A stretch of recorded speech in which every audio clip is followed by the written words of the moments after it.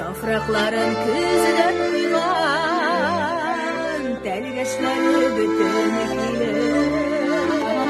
Kaşın mileş ağaçında,